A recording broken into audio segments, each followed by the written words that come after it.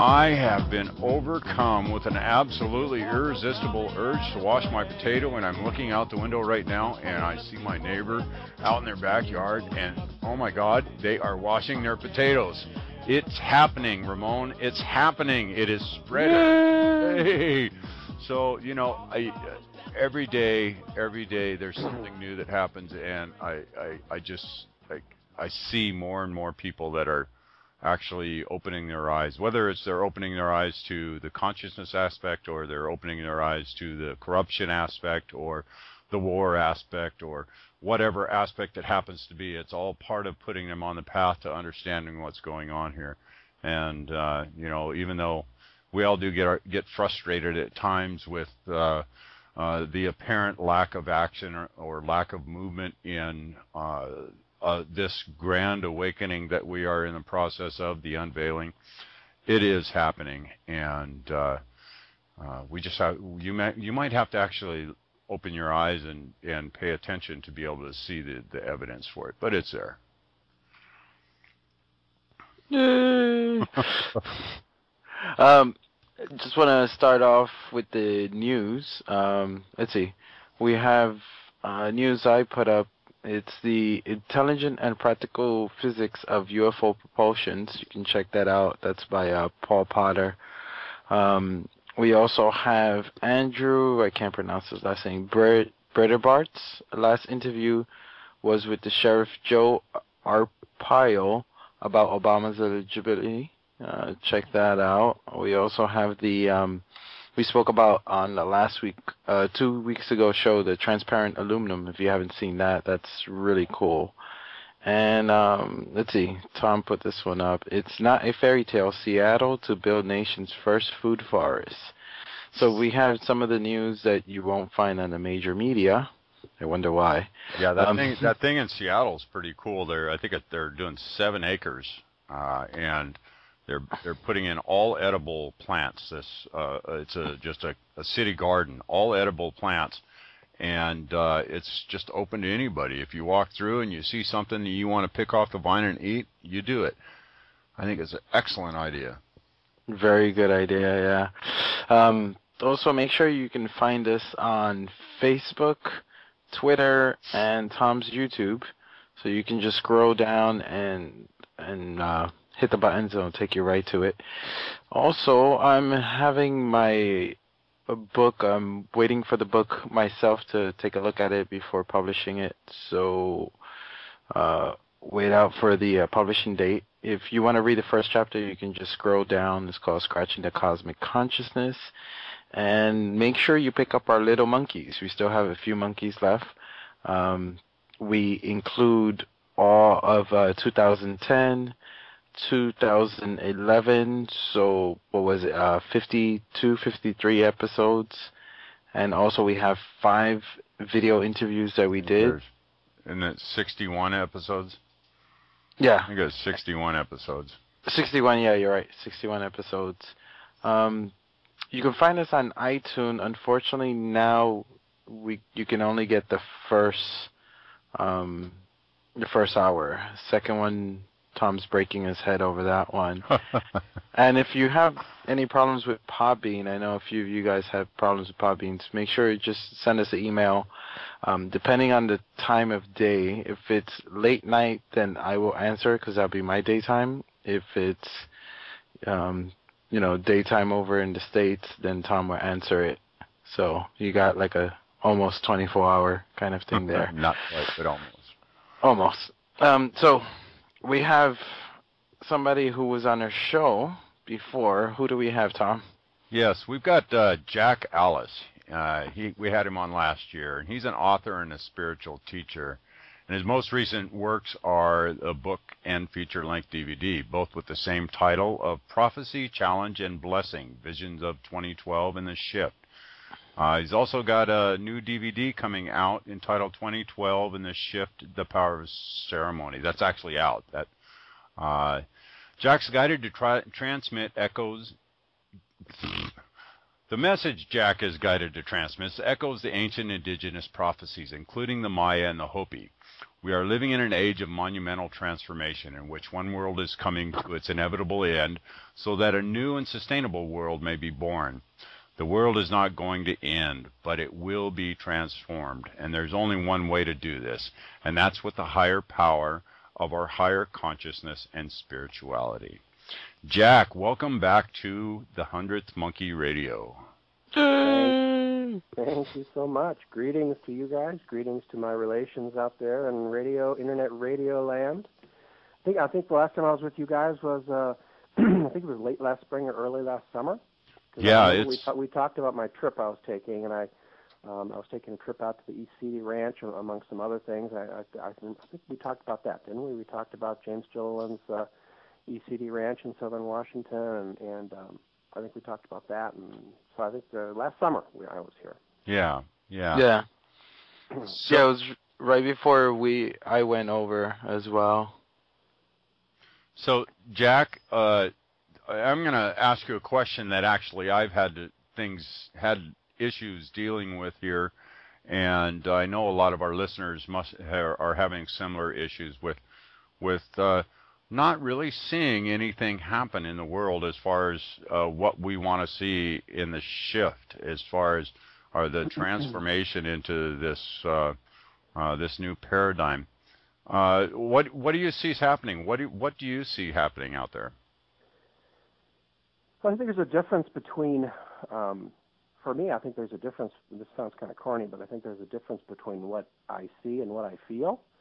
Because I do think that we're in a little bit of a, lull right now. I think a lot of people are kind of getting a little bit lulled to sleep right now as far as, 2012 is here, and nothing really that big has happened. This isn't me talking. This is, I think, the way a lot of people see it. 2012 is here. We've been talking about 2012 for like 4 or 5 years now. It's here. Things just seem to be moving along the same as always. That doesn't mean the world's, great or anything like that, but it just seems like everything just is the way it is. And, they're still spraying us with chemtrails, and they're still trying to change the food to, genetically engineered, and Obama's still president, and our money still works, and I think in that regard, I think we're kind of in a little period of lull here, and my feeling about that particular feeling of lull, and I was just really feeling it today, is that I don't think it's going to last much longer. I think we've got some big events right around the corner here, and I think this lull I refer to is just, this happens sometimes, and we need to be careful when these things happen that we don't allow it to kind of lull us to sleep in terms of, thinking, well, there's nothing to this 2012 and the shift stuff anyway, so we might as well just gear up for things just being like this from now on. Because that certainly is not what I believe, and that certainly is not the, what I think is going to happen. Do you guys agree with me that there seems to be kind of a little, that at least on the surface of things? Definitely. Maybe I'm pretty, I don't pay a whole lot of attention to the old paradigm much these days, so I really don't know what's going on, in the world as far as if I was to watch the news tonight. The national news tonight, it probably would be completely blow me away in terms of, what they're talking about. Hopefully they're not just talking about the Republican, who's going to run for president for the Republicans. But do you guys agree with me that there seems to be a little bit of a, remember, it reminds me of the lull we were in prior to 9/11? Thing, just like, oh, nothing's happening, and all of a sudden, pow, things, I'll give you an example. What hits the fan. I'll give you an example of that. Like here in Japan, everybody's talking how the dollar is, before it was at its lowest, it was 72 cents to the yen, and it's bouncing back. It's at 81 now. So everybody's like, oh, maybe we should start investing in the dollar again. And I was telling my mother-in-law that's only because there's an election this year. Don't fall for it. Hopefully the price How of do gas you will know? come down How do you along with know? that. And it's like, you asked my advice. That's what I can tell you. But yeah, so that's a great example of it. The dollar is starting to bounce back, so everybody's kind of feeling like the economy's coming back and blah, blah, blah, blah. And I was just at the LA Conscious Life Expo, and it was amazing. I was kind of struck by the attitude that I seem to be picking up from a lot of people. And that was an attitude of this whole, Kalaman. Do you have an echo happening right now? Can you guys hear that? Yeah, there it goes. Kalaman's calendar, he said the Mayan calendar ended in, last October, according to Kalaman's calculations, which I think is a bunch of hooey. But So, we've already been through the Mayan calendar ending period, and we moved that up a year, and that already happened, and now we're 3 months into that. And I think a lot of the New Agers now are kind of saying, well, this is it. This is the new world. It's happening, and this is the shift, and this is what we can expect. It's kind of going to kind of continue to move along this way. And that certainly is not what I believe. Things are nothing that I feel or see about the world really has changed a whole lot in terms of what's happening. I think we're right on schedule here. We're just in a little bit of a lull period. And as far as I'm concerned, this whole transformation of the world, transmutation of the world, is still very much in place, and it's happening. And the stage is set for some very, very big things to happen in the future. As far as I still do believe that our old paradigm world is definitely its days are numbered, and by that I mean the whole thing's going to come down at some point, and I'm certainly preparing for that. And I again, when I say that, I don't mean to frighten people by saying that, because I know a lot of people just do not want to hear that. And again, I was even in L.A. at the L.A. Expo, with a lot of so-called people who are really aware and who really know a lot about this stuff. A lot of people really don't want to hear that. They really don't want to hear that. They kind of another one of the aspects of this lull, I think, is kind of that. The old paradigm's going to be okay, and sure there's problems, and I know our money's all screwed up, and the energy and the imbalance and the chemtrails and everything else, but we'll work it out and we'll get through it, and things will be okay, and things will just kind of move along the way that they are. And I certainly don't think that's not the way I see it, and that's not the way that I believe it's going to happen. I think we are in an age where the imbalances in our world cannot continue indefinitely, and I believe we're at that point where the imbalances are on the verge of correcting themselves, and when that happens, we're going to be confronted with a vastly different reality on lots and lots of different levels. Not only the physical reality of the practical world we deal with every day, but all the other levels of this in terms of all the dimensionality of it and all the spiritual aspects of it and everything else. So we still have all of those things to look forward to, and I would like to suggest that people don't get too seduced by this apparent lull that we're in right now, because it's not going to last. Well, I still think that I still see a lot of things happening, but like you said, there is definitely a sense of a lull, or that quiet before the storm, that calm before the storm. Right now, we're recording this on March 5th, Monday, March 5th, and March 6th. I don't know, Jack, do you follow astrology much? Yeah, I'm not an expert on it, but I follow it enough that I usually know what the phase of the moon is, and I usually follow the major. I certainly know about the Venus-Jupiter thing that's happening now, and the new Mars rising thing that's happening. So some of it, yeah. Right. We've got a grand trine happening starting tomorrow, and it's I think it's Pluto, Jupiter, Mars. Is that correct? Mercury, Pluto, Jupiter, Mars. Anyways, there's a grand. I think Venus might be in there. There's a grand. Yeah, I think Venus is in there too, because you can see them lined up on the in the west. When the sun goes down every day, you can see Venus, and then Jupiter's lined up with Venus, and the moon is kind of lining up with them now too. Yeah, astrologically, it's set up. If you look at the way these things happen historically, we're set up for some major changes this year. Some really major sociological type changes for the whole society. So, and like I said, the calm before the storm is the sense and the feeling that I get.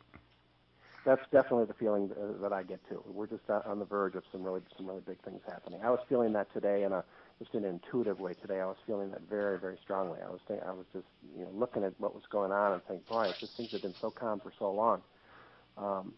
Anyway, so we'll see. I know that it's going to be an adventure. It's going to be a challenge. It's going to be both of those things. And one of the things that we need to keep reminding ourselves of is we need to prepare ourselves. We need to prepare ourselves for the challenges ahead. And there's different ways we can prepare ourselves. We can prepare ourselves physically.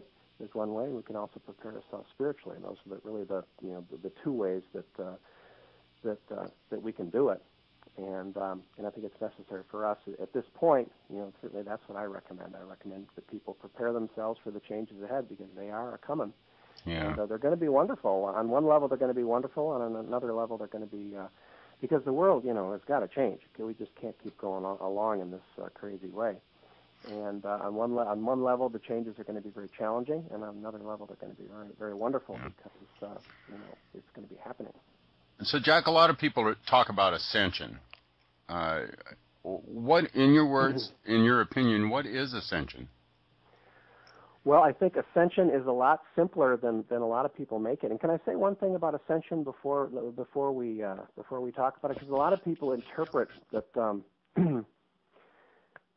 I've written 2 books now on the shift, 2 DVDs on the shift. So the primary area of my expertise is 2012 on the shift, and I've been thinking about this and absorbing myself in it, not only from an intellectual point of view, but also from a doing it point of view. For a really long time now, in terms of learning about this. And a lot of people incorrectly believe that the primary feature that we're dealing with of the shift is this aspect of ascension. In terms of ascension means basically ascension means ascending from a lower dimension. In this case, our lower third dimensional material dimension, ascending from that lower third dimensional material old paradigm dimension to a higher dimension. In this case, moving up to the 4th and then through the 4th to the 5th is the way that it plays out in most of the things that most of the information that I've heard on that. And certainly the Hopi are in agreement with that. The Maya are in agreement with that. The Maya refer to we're moving into the era of the 5th sun, and the Hopi refer to the era of the 5th world. So we have got a lot of convergence on that. But it's very important that people realize that the shift is not just about this process of ascension. That certainly is one aspect of it. But it's not the only aspect of it. And very often people kind of get stuck in that this shift is all about this process of spiritual ascension. In other words, moving from a lower dimension to a higher dimension, moving out of our material third dimension. In other words, moving out of that energetically and moving into a higher dimension. And to talk about the shift in the context of that's the primary aspect of what the shift means. The shift means ascending from lower to higher dimension. The shift really refers to a lot more than that. And to understand it completely, it's really necessary to interject one other variable in this. And the variable of this has to do with how the shift is going to play out in the third dimensional world. In other words, in our physical world, in our material world. Because this isn't only a higher dimensional process we're dealing with here. So in order for us to prepare for the shift, in order for us to understand the shift, it's also important for us to understand that this is also going to be happening in the material third dimension. So in other words, we need to prepare ourselves for this in a couple of different ways. We need to prepare ourselves for this here in this material third dimension. In other words, we need to get our act together in this world. And that's really where it all starts anyway, isn't it, guys? I mean, we are at this point, we are living in this world. This is the world, and by this world, I mean this material world of, Mother Earth and Grandfather Sun and the wonderful physical elements of the air and the water and, this material world that we're living in. This is the world that we're living in, and this is the world that our species has really, not our species, but our white race. This is the world that our white race has, completely, screwed up over the last, we can say 6,000 years, but we can actually go a lot longer than that if we want to get into real history as opposed to fake history. So we need to focus on, the way that I like to look at this is that we prepare ourselves first in this world, in this physical material world. We prepare ourselves here, and we prepare ourselves in terms of reconnecting with the web of life, reconnecting with how it is to live sustainably, in other words, taking responsibility for ourselves, learning to take care of ourselves again, and not having the mainstream system take care of everything for us the way it endeavors to do, and turning us into slaves basically is what it is. But we prepare ourselves here in this world first, And once we lay that foundation, once we get it right here in this third-dimensional material world, then during this time of shift we're talking about, there will be an opportunity, during the course of all this, for this higher dimensional aspect of the shift. In other words, once we get it right, in the material third dimension, there will be an opportunity, along the course here, for us to ascend then into the fifth dimension, in which case, we really won't even be living in this world anymore. We'll be living in a higher dimension. So they're both very important features of this, and I think when people focus on the ascension aspect of it, they might kind of be putting the cart before the horse as far as, we need to focus on this world first, and then, lay that as a foundation, and then, from that foundation, from there, we can be prepared then for any kind of ascension, any kind of ascension or higher ascension type process is concerned. So, it's interesting when you talk about spirituality. There are so many different kinds of spirituality, and I've been formed an association with a Mayan elder now for a good long time. I think I probably talked about that the last time I was on your show, in terms of that's one of the reasons. I also, since the last time I talked to you guys, I've moved to Mount Shasta here in Northern California, where I am very close to my Mayan elder colleague and his community up about an hour north of here at Deer Mountain. So I've really been immersing myself, in the teachings, in the original teachings of the ancient Maya as they're transmitted through my Mayan elder friend Tata Eric. And one of the wonderful things I'm learning about the Mayan metaphysics is at its base, it's really very, very earthy. It's very earthy. It's very nature-oriented. Everything that comes from Mayan metaphysics and from Mayan spirituality, it all begins in this world, and it all begins in this world by virtue of, reconnecting with the rhythm and flow of nature and reconnecting with the rhythm and flow of the forces of nature. It all starts there. And once we get that part of it right, then we are open for all kinds of, supernatural experiences, where we move to other worlds and other dimensions, and where we time travel and do all those other things. But we can't get to that second part without first getting the first part right. So one thing at a time, and take everything in their proper order. And the shift that we talk about really is a very it's really a very multifaceted process. It's not just one thing like ascension. And I think when people think of it in terms of ascension, they really kind of get sort of confused about it, because all the pieces don't fit together. So I'm not sure, Tom, in answering the question that way, I'm not sure how adequately I answered your question of what is ascension. But ascension is really pretty easy. Ascension is basically just moving dimensionally. It's moving dimensionally from a lower dimension to a higher dimension. And the way that we do that is by learning how to leave our physical bodies and move with our energy bodies or with our spiritual bodies, and moving up dimensionally that way. Because once we leave the third dimension, there is no more matter. There's no more material world. The material world is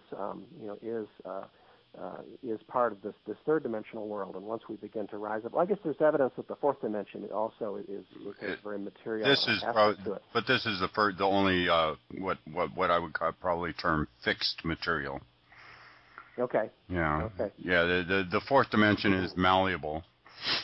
Well, a lot of people think we're in the fourth. A lot of people think we're in the fourth dimension now. Well, I think we are. I think we are in some areas. Some parts of us are working fourth dimensionally. There was one time I was in right when you wake up, Jack, sometimes you get messages. Do you know what I'm talking about? Yeah.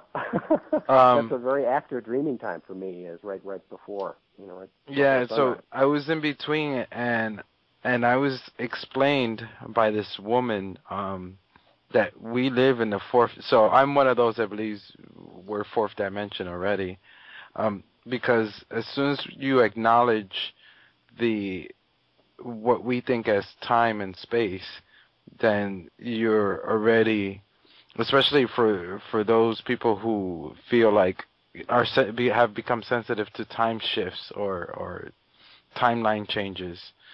I feel like that's more of a fourth dimensional kind of thing. Well, but that's me personally.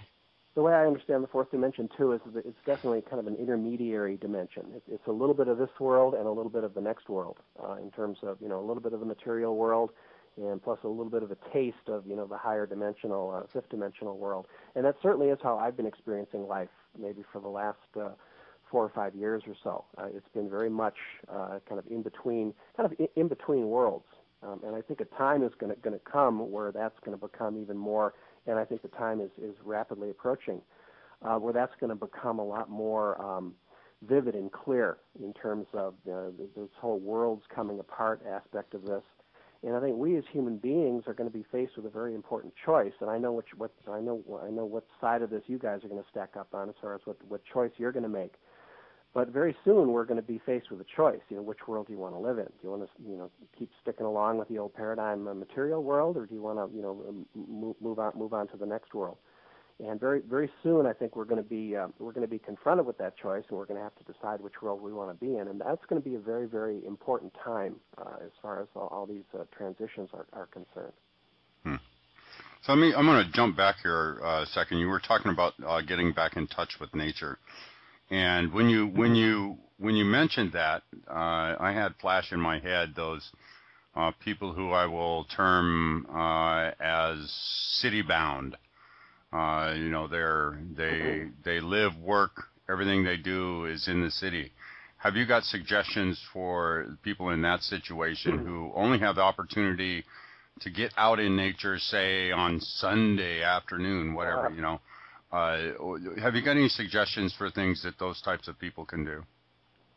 I do indeed. Get out of the city. That's it in a nutshell. When things really begin to happen, as far as all this shifting is concerned, in my humble opinion, the cities are not going to be places where anybody's going to want to be. They're going to be places of really very unimaginable chaos. That's how I see it, and that's how most of the prophecies that I've been exposed to, both the Hopi and the Maya prophecies, certainly agree with that. And my Mayan elder friend certainly agrees with that. I've been saying for years and years, guys, the last time you guys talked with me, I was living in Wisconsin. I just said that like I was from Wisconsin, didn't I? I was from Wisconsin. Wisconsin. I was living in Wisconsin. I was kind of in the suburbs. I felt like I was still, a little bit too close to the city, and I didn't have the things that I really needed to have in terms of the potential to have a life that was sustainable, because the water where I lived wasn't any good, and it just... if I was thinking in terms of really being sustainable and thinking in terms of really reconnecting with the web of life, I knew that the time was going to come where I was going to have to leave there, and I was going to have to, as I kept saying to myself, head for the hills, go to a place where I can have access to clean water, go to a place that's more sustainable, and also go to a place that is very much not near, that's remote, that's distant from any city, and I definitely received that guidance last summer when I was traveling. I received the guidance that now's the time. It's time to head for the hills. At least for me, it was time to head for the hills. And in this case, heading for the hills meant moving to Mount Shasta. And this place is perfect as far as that's concerned. Not only am I close to this wonderful vortex, I've basically been called here, and I'm not quite sure why yet, but I'm supposed to be here for whatever's next. And not only are we so close to this incredible vortex of this mountain that's here, this Mount Shasta, which is an incredible grandmother goddess mountain. It's just an amazing place to be close to.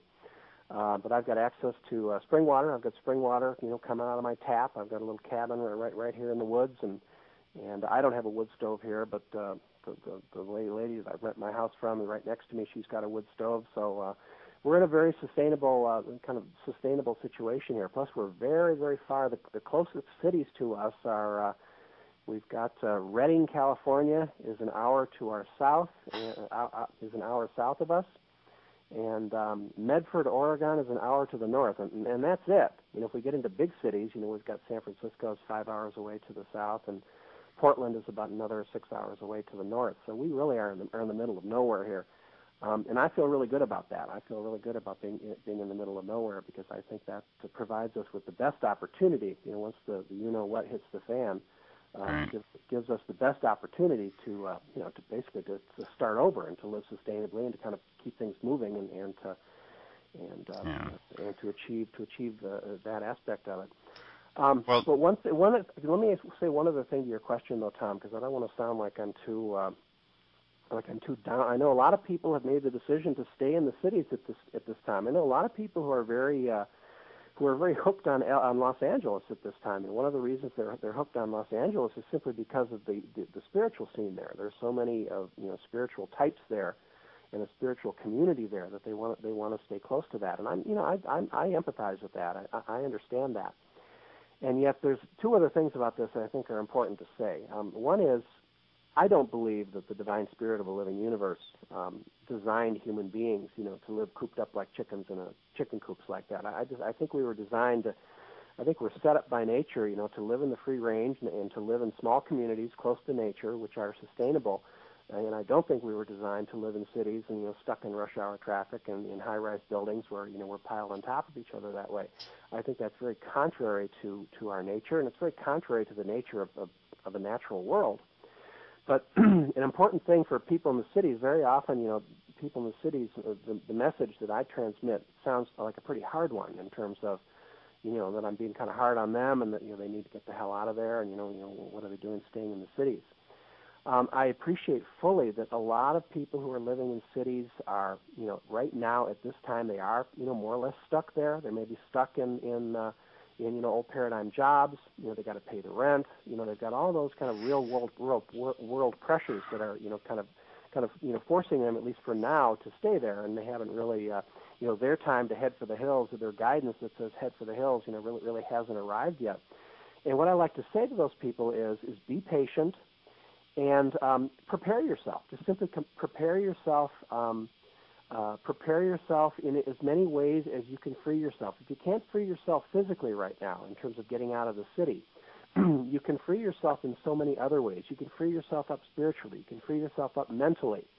You can begin to take responsibility for your own life, by taking responsibility for your own health, by going to alternative practitioners and eating good food and practicing, preventive health care. And there's all kinds of things that people who are living in the cities can do to prepare so that when the time comes, leaving the cities isn't that big a shock, and they can just do it. And the groundwork is prepared for that. So, kind of a long-winded answer to your question, yeah. but I think that's where it's at. Where do you guys? You're in Washington, is that right, Tom?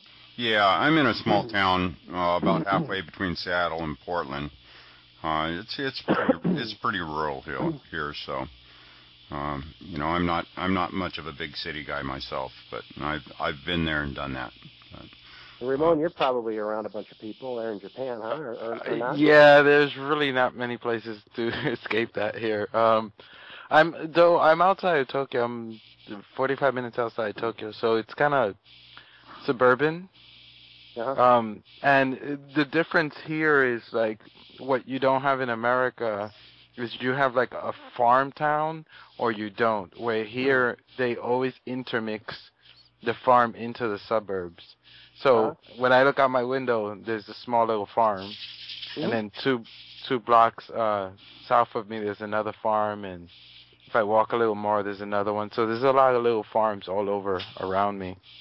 So if the shift hits the fan, then it's easy just to start farming.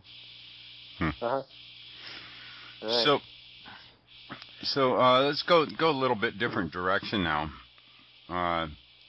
The cosmic eye in outer space has been watching us move into this photon belt, and kind of like to know what your opinion is on what effects we're experiencing from the energy that we're entering into, and what else do you expect to see manifest out of it?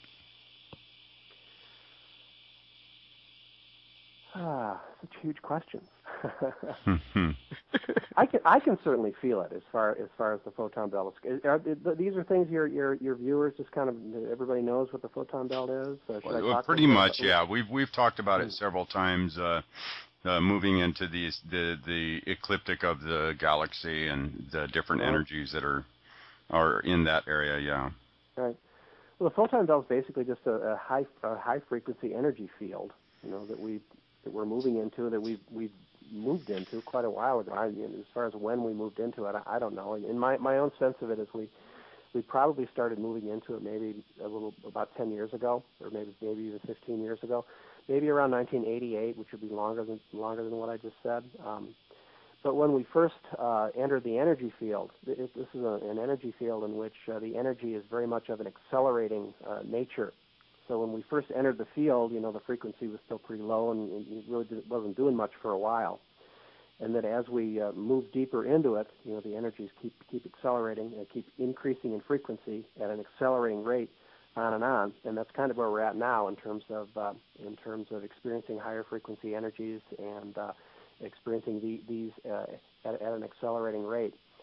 And so much of this affects us on so many different levels, in terms of what we can expect from that.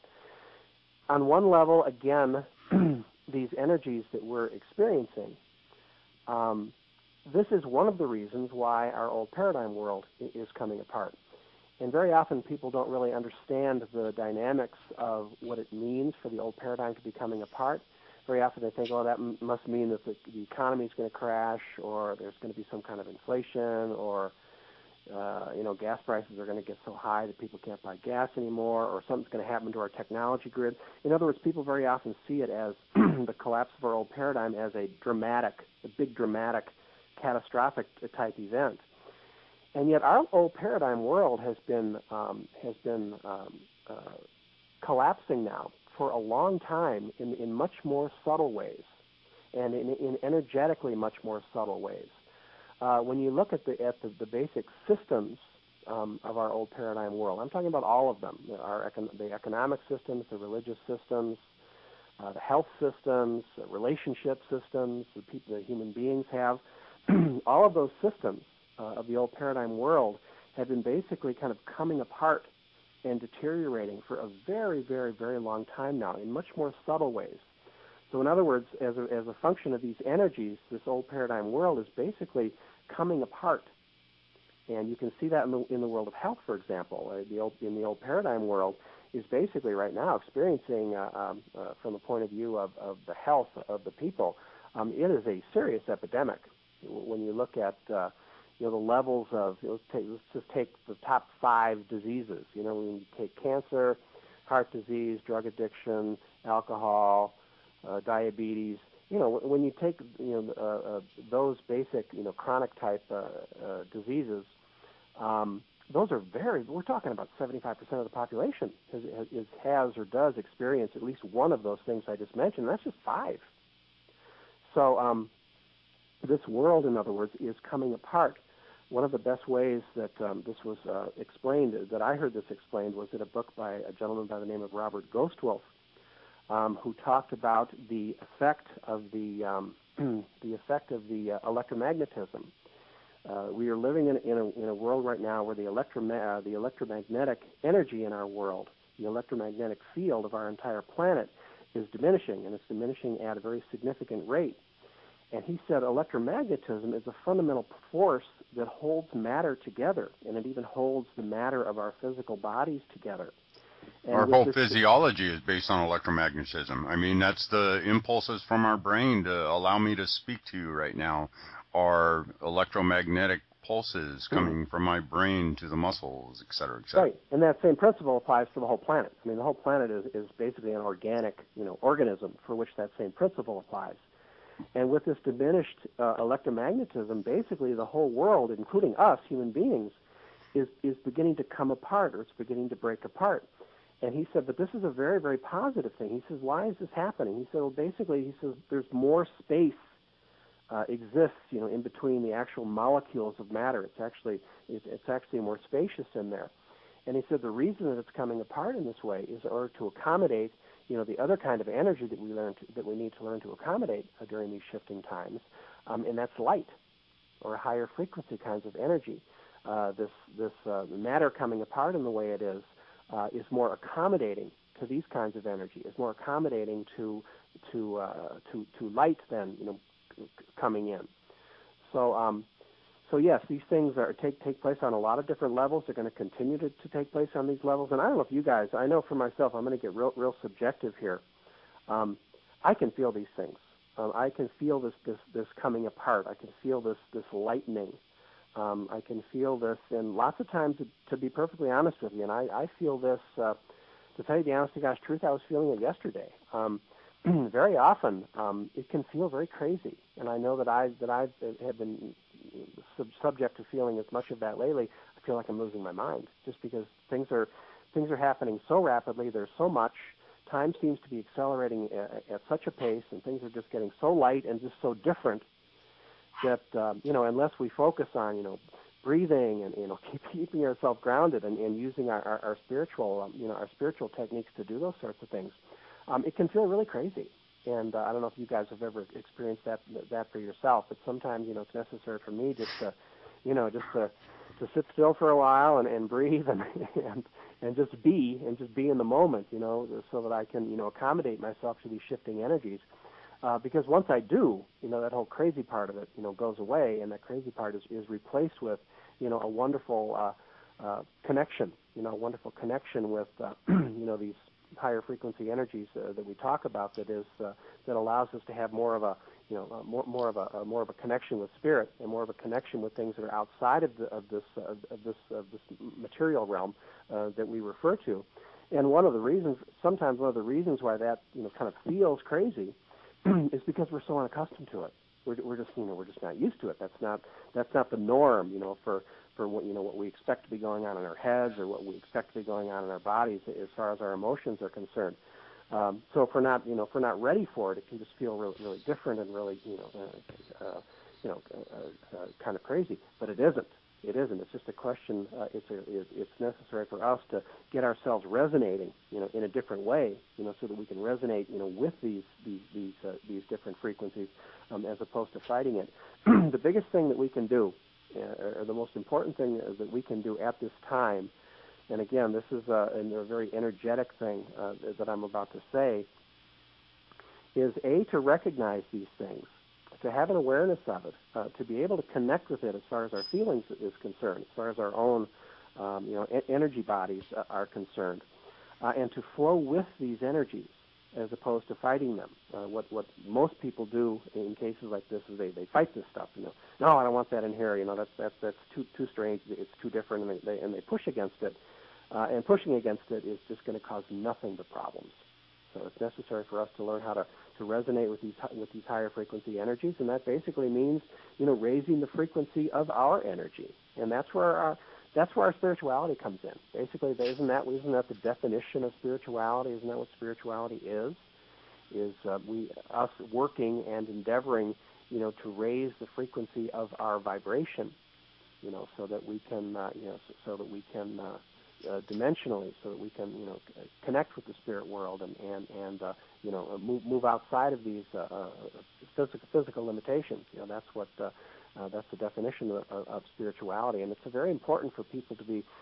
It's very, very important for people to be doing their spiritual work right now during these times, and that's again another one of the really important lessons from my Mayan elder friend.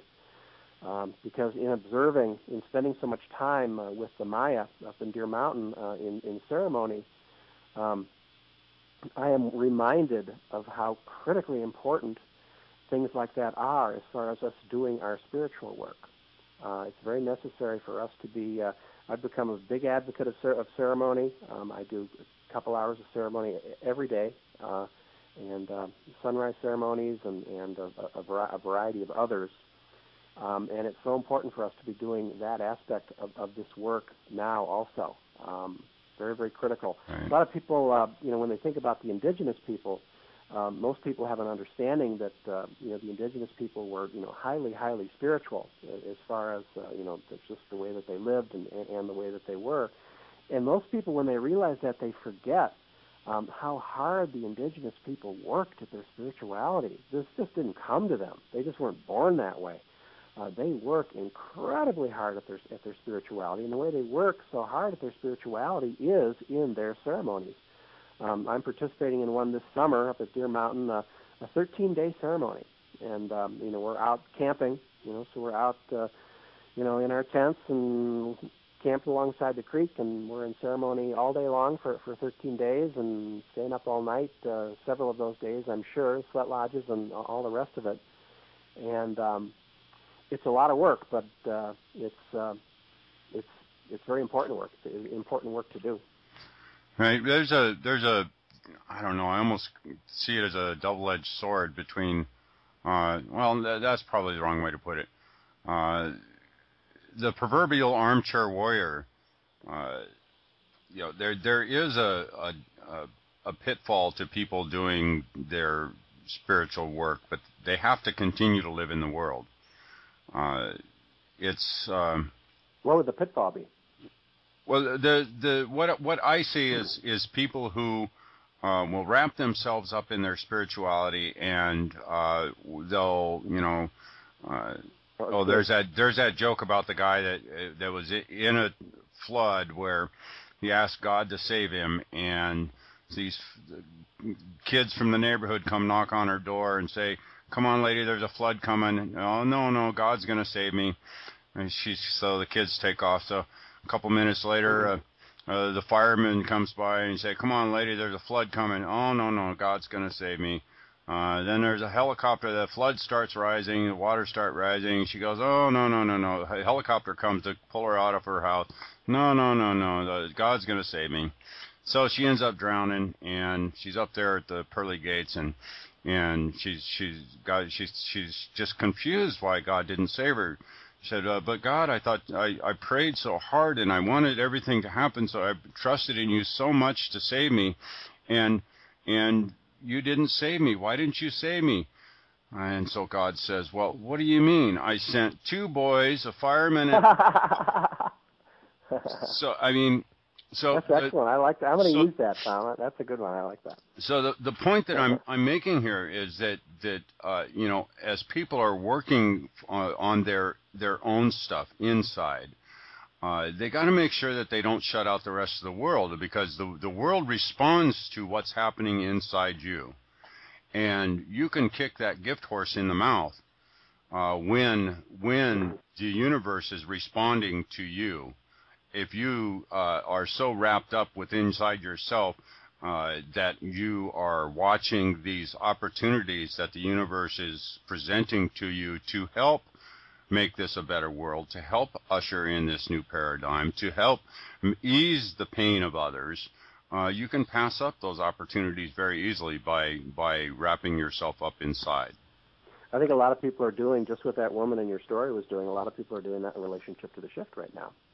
Yeah. They're doing the same thing. Yeah. God's going to save me, or the ETs are going to whisk me away, or I'm not worried about anything. But yeah, you're right. We need to be important. We don't use our spirituality as a means of escape. A lot of people just use it as a means of escape. And for a lot of people, quite honestly, Tom, their spirituality is just phony. It just isn't real. It's something they do in their head, and it's kind of a game that they play. And for me, the litmus test about whether or not somebody's spirituality is real or fake usually comes down to how much time they actually spend, doing it. Somebody says they're spiritual. I say, well, how much ceremony do you do, or how much time do you spend meditating, or what form does it take? Oh, it just doesn't take any form. It just, I just do it in my head. Well, that's not going to cut it. It is a lifestyle. And again, one of the things that we learn from the indigenous is one of the most important aspects of our spirituality is simply learning to reconnect with the web of life.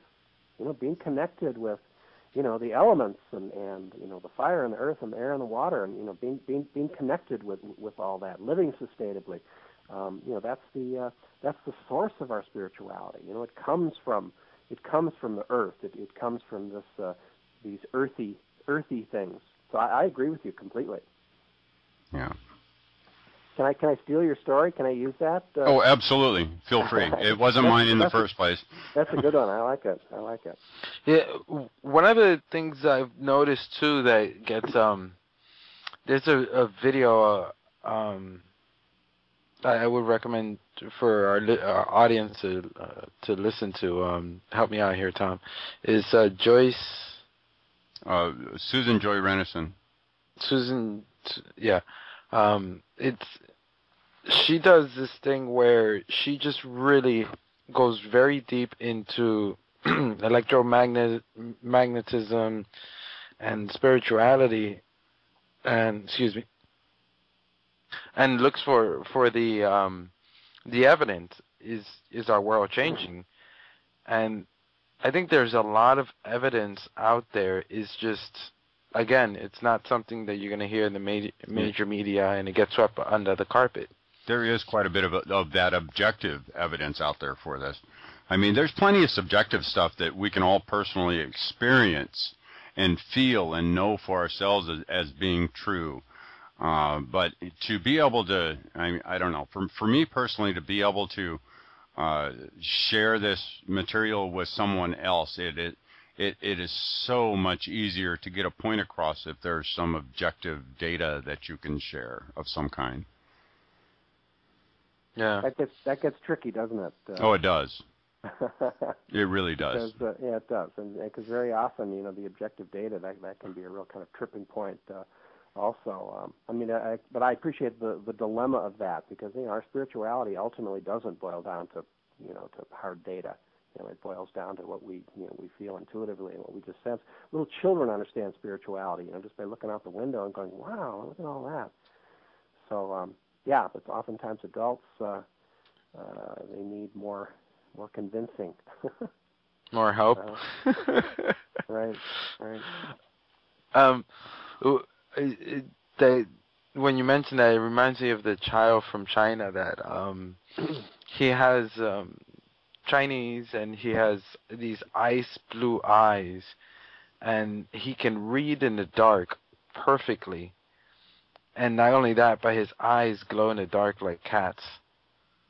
So I'm wondering, this is something we can save for the second hour because we're coming to the top of the hour. But I'll ask the question now, and then save the answer for the second part. But do you feel that human beings are physically changing, or is this just something all internal? And then yeah, I think we got a lot of material there that we can talk about. So yeah.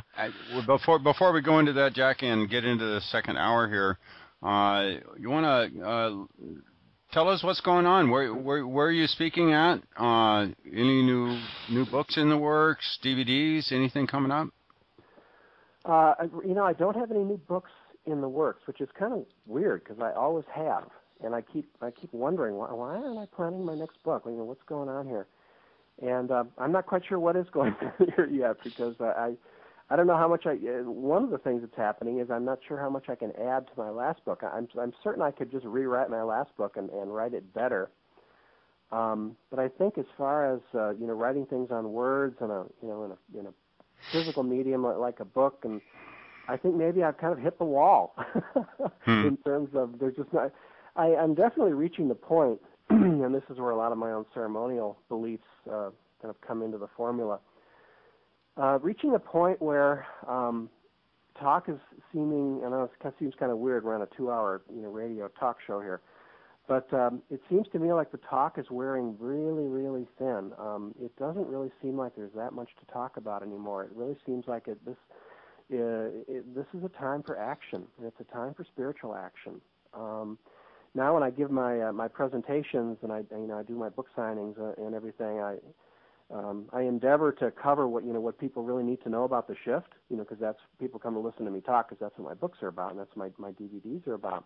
And I think I might disappoint some of them because, hey, look, there's really not that much to talk about here. We'll cover this in like 5 minutes. We'll cover it in 10 minutes in terms of everything we need to know about this.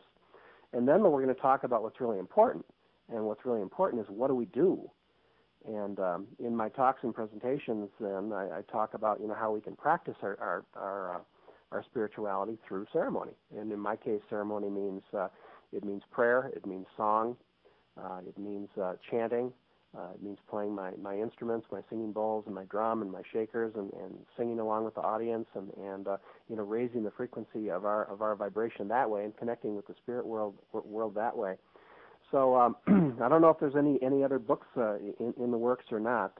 Nothing's being planned right now. I've got a lot of I only moved to Mount Shasta about, I'm going on 6 months now, and it was a big move for me. I moved all the way from Wisconsin. I moved all my stuff, Wisconsin.